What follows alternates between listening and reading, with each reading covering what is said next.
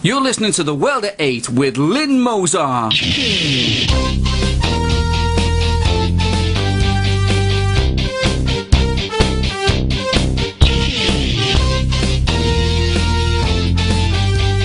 World at 8, the number one in nationalist news. Highlights of the news today: St George's Day, the 23rd of April. Celebrating our day today: 3 suspected homegrown terrorists detained at Heathrow Airport. Yet another illegal rapes British woman. 100 days to go to chaos, warns senior former police officer. Marine Le Pen slams the establishment with 20% of the vote. North Sudanese government starts attacks again on South. North Koreans promise special actions. Bahrain Grand Prix goes ahead. Thought for the day: boiling point. UK news. It is St George's Day and best wishes from our World at 8 team. There is still no sign of a national day off every 23rd of April, however. Meanwhile, the Liberal Telegraph newspaper is running a disgusting article saying that 25% of what it calls British people say that the St George's flag is racist. What we do know now is that a quarter of British people are either the liberal left or not indigenous to this country. Another paper says the Union flag is preferred. 3 men who had been living in the Small Heath and Alum Rock districts of Birmingham were detained when they disembarked from a flight from Oman. 2 men aged 33 and a third man aged 39 have not been named in the media. A police spokesman said 3 men from Birmingham were arrested last night on suspicion of possessing articles and documents with intent to use them for terrorist purposes overseas, contrary to Section 57 of the Terrorism Act 2000. The arrests made by officers from the West Midlands Counter-Terrorism Unit were pre-planned and intelligence-led. It is widely thought they are men of Pakistani origin, similar to a man arrested last December by West Midlands Police. He was a 22-year-old from Pakistan detained at Birmingham Airport on suspicion of carrying a similar terrorist document. He was in the UK on a student visa and arrived in the UK on a flight from Dubai. He was handed over to the UK Border Agency to be dealt with. Another British woman has been raped by an illegal immigrant. The man, who is from Somalia, named as Abdi Karim Abbas Abdi Samad, aged 33. He raped a 24-year-old woman after gaining her trust by telling her he had just lost his job and was penniless. She took pity on Abdi Samad, who then raped her 3 times at her home, causing 17 separate injuries. This man, who had other convictions for GBH back in 2009, should have been deported 3 years ago, and is just one of the many criminals allowed to eat away at our society like a cancer. A senior police officer, David Gilbertson, has warned that looters cannot wait for the games to begin. Whilst the British police are reduced to using special constables in the game's security operations, this will leave certain rotten areas of our capital wide open to the sort of scenes we had last summer. The £553 million security operation is deeply flawed, taking manpower from all over the country to concentrate on the capital. More on thought for the day on this subject. Euronews. The first round of the French presidential election took place over the weekend. As expected, the incumbent, Nicolas Sarkozy, and the socialist candidate François Hollande came out on top and will go head-to-head in the second round on May the 6th. But the major surprise was that the leader of the far-right Front National party, Marine Le Pen, finished third on a 20%. Le Front National is giving the French a great opportunity to try and prevent the socialist candidate from taking over from Sarkozy. It is well known now in Europe that it is the socialists who encourage multiculturalism and encourage the destruction of an indigenous people. World news. At least 1 child has been killed in a bombing raid on a border town called Bentiu in southern Sudan. The raid was carried out by the North Sudanese government on the oil-rich southern part of the country. The North has started fresh attacks on the South, which threaten to escalate yet again, causing widespread misery and immigration to safer shores. Due to the failed North Korean rocket launch the other week, the North Koreans have promised special actions to take place. The promise was made by the military at a parade to mark 100 years since the birth of dead leader Kim Il-sung. One British National Party spokesman commented, "Building bombs and military might while their people starve. Communism at its very best." The Bahrain Grand Prix took place after all amidst tight security this weekend. Our media, both BBC and ITV, are boiling up for yet another democracy protest summer in the Middle East. Egypt and Libya started out this way, showing injuries occurred while protesting, and Syria is well on its way to democratic rule not. When will the press understand, or perhaps they already do, that without doubt all these protesters are radical Muslims who want a radical Muslim state, not a democratic state? The Muslim religion and democracy simply do not mix.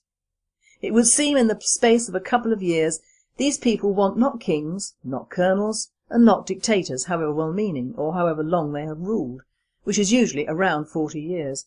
They want a totally cut-off Muslim enclave.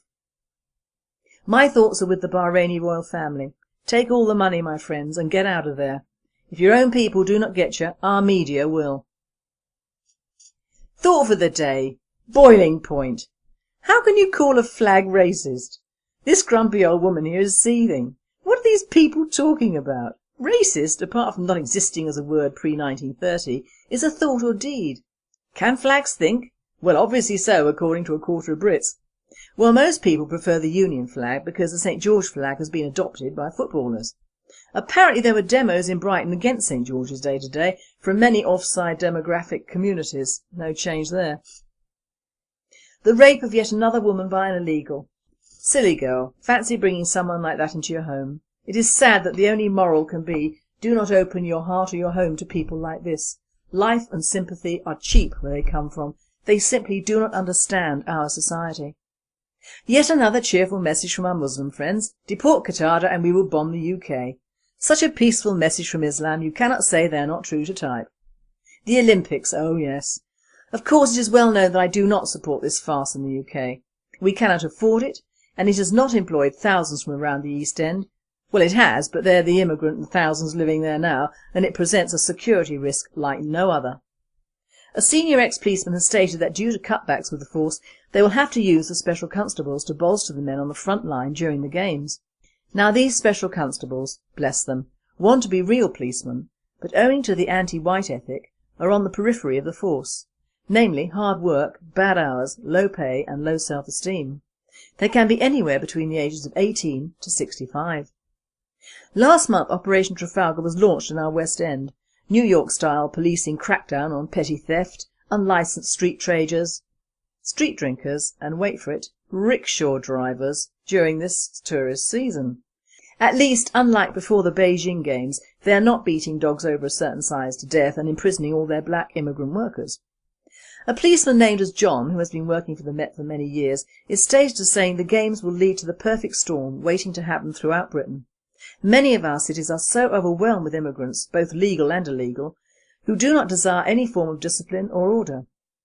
That we are sitting on a powder keg of rival culture, most of which are completely alien to ours. Our police will have their hands tied by the human rights laws at this time, as they have with these laws since the immigration count went up years ago. Successive governments have brought into this law when they didn't have to.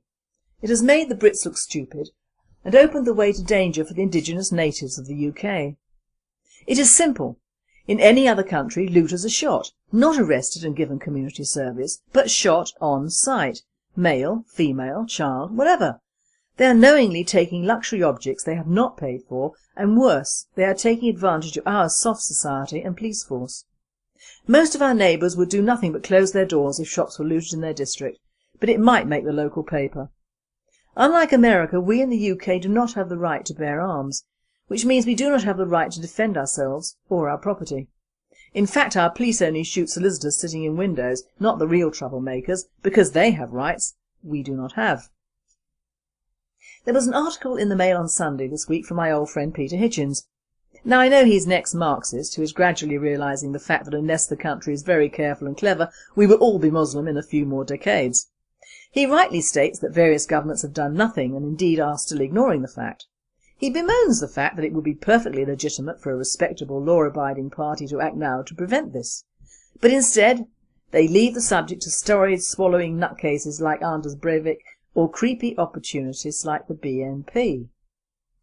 I would be even more hurt but for the fact he has come right down to the usual low levels of mudslinging here. He has actually stated we handle the subject of Islamification of the UK, and he is right. We are in fact the law-abiding and respectable party that would ensure this country did not become Muslim.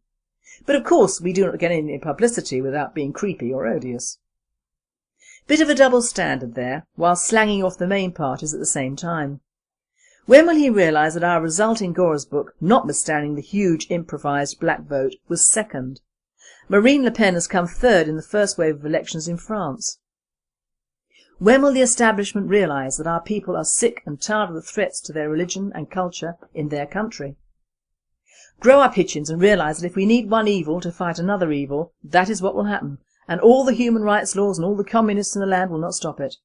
The right is on the rise thanks to journalists, government officials and the civil service. The straw has come to break the camel's back, and it may well come under the guise of something completely different and very simple: the man in the street who will no longer be ignored. Now if you want a voice on World at 8, do send in your thoughts.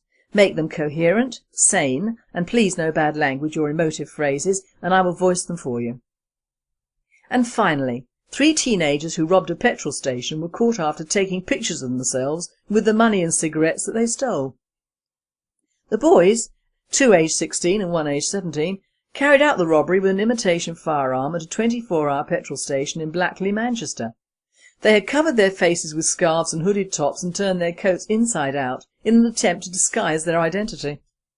When police raided their homes, they found pictures on mobile phones and one that was being used as a computer screensaver that showed the youths with the stolen goods. They also found cash and cigarettes. The teenagers, who cannot be named for legal reasons, admitted robbery and possessing an imitation firearm at Manchester Crown Court and were sentenced to 40 months in detention. But one can see from their own pictures they are very, very dark. Actually, they're black.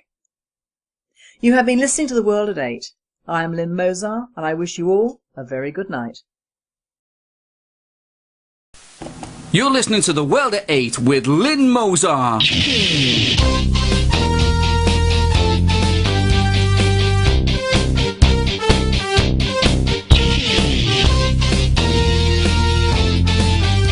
The World at 8, the #1 in nationalist news. Highlights of the news today: St George's Day, the 23rd of April. Celebrating our day today: 3 suspected homegrown terrorists detained were pre-planned and intelligence-led. It is widely thought they are men of Pakistani origin, similar to a man arrested last December by West Midlands police. He was a 22-year-old from Pakistan detained at Birmingham Airport on suspicion of carrying a similar terrorist document. He was in the UK on a student visa and arrived in the UK on a flight from Dubai. He was handed over to the UK Border Agency to be dealt with. Another British woman has been raped by an illegal immigrant at Heathrow Airport. Yet another illegal rapes British woman. 100 days to go to chaos, warns senior former police officer. Marine Le Pen slams the establishment with 20% of the vote. North Sudanese government starts attacks again on South. North Koreans promise special actions. Bahrain Grand Prix goes ahead. Thought for the day: boiling point. UK news. It is St George's Day and the Small Heath and Alum Rock districts of Birmingham were detained when they disembarked from a flight from Oman. 2 men aged 33 and a third man aged 39 have not been named in the media. A police spokesman said 3 men from Birmingham were arrested last night on suspicion of possessing articles and documents with intent to use them for terrorist purposes overseas, contrary to Section 57 of the Terrorism Act 2000. The arrests made by officers from the West Midlands Counter-Terrorism Unit were wishes from our World at 8 team. There is still no sign of a national day off every 23rd of April, however. Meanwhile, the Liberal Telegraph newspaper is running a disgusting article saying that 25% of what it calls British people say that the St George's flag is racist. What we do know now is that a quarter of British people are either the liberal left or not indigenous to this country. Another paper says the Union flag is preferred. 3 men who have been living in